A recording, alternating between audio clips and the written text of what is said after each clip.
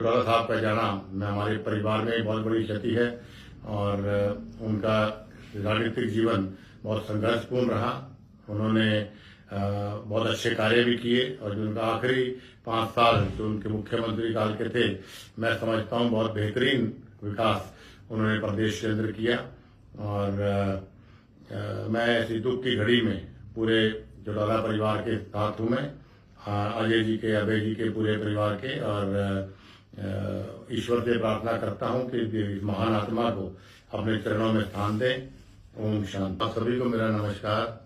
आज यहाँ अमेरिका में मेरी आंख खुली सुबह तो बहुत ही दुख की खबर हमें मिली कि देश की राजनीति और प्रदेश की राजनीति में एक अहम स्थान रखने वाले एक अच्छे कुशल राजनेता सर ओम प्रकाश चौटाला जी हमारे बीच में नहीं रहे।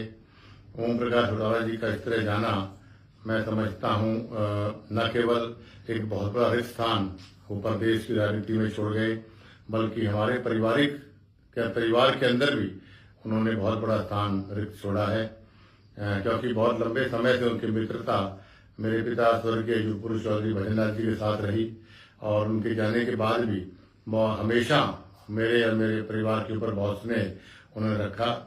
और अभी पिछले साल दिसंबर में जब मेरे बेटों की शादी थी तो आदमपुर में वो आए।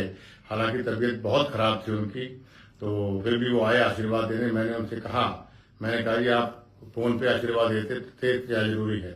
उन्होंने कहा कि भाई चौधरी भजनलाल जी यहाँ होते तो शायद उनसे माफी मांग लेता मैं, लेकिन आज वो दुनिया में नहीं है तो उनकी कमी के रूप में, एक दादा के रूप में आशीर्वाद देने हैं। वो मेरे लिए बहुत ही इमोशनल लाइन उन्होंने कही। वो लाइन वही बोल सकता है जो मन से जिनका लगाव हमारे परिवार से रहा हो। तो चौटाला साहब का जाना हमारे परिवार में बहुत बड़ी क्षति है और उनका राजनीतिक जीवन बहुत संघर्षपूर्ण रहा। उन्होंने बहुत अच्छे कार्य भी किए और जो उनका आखिरी 5 साल जो उनके मुख्यमंत्री काल के थे, मैं समझता हूं बहुत बेहतरीन विकास उन्होंने प्रदेश के अंदर किया।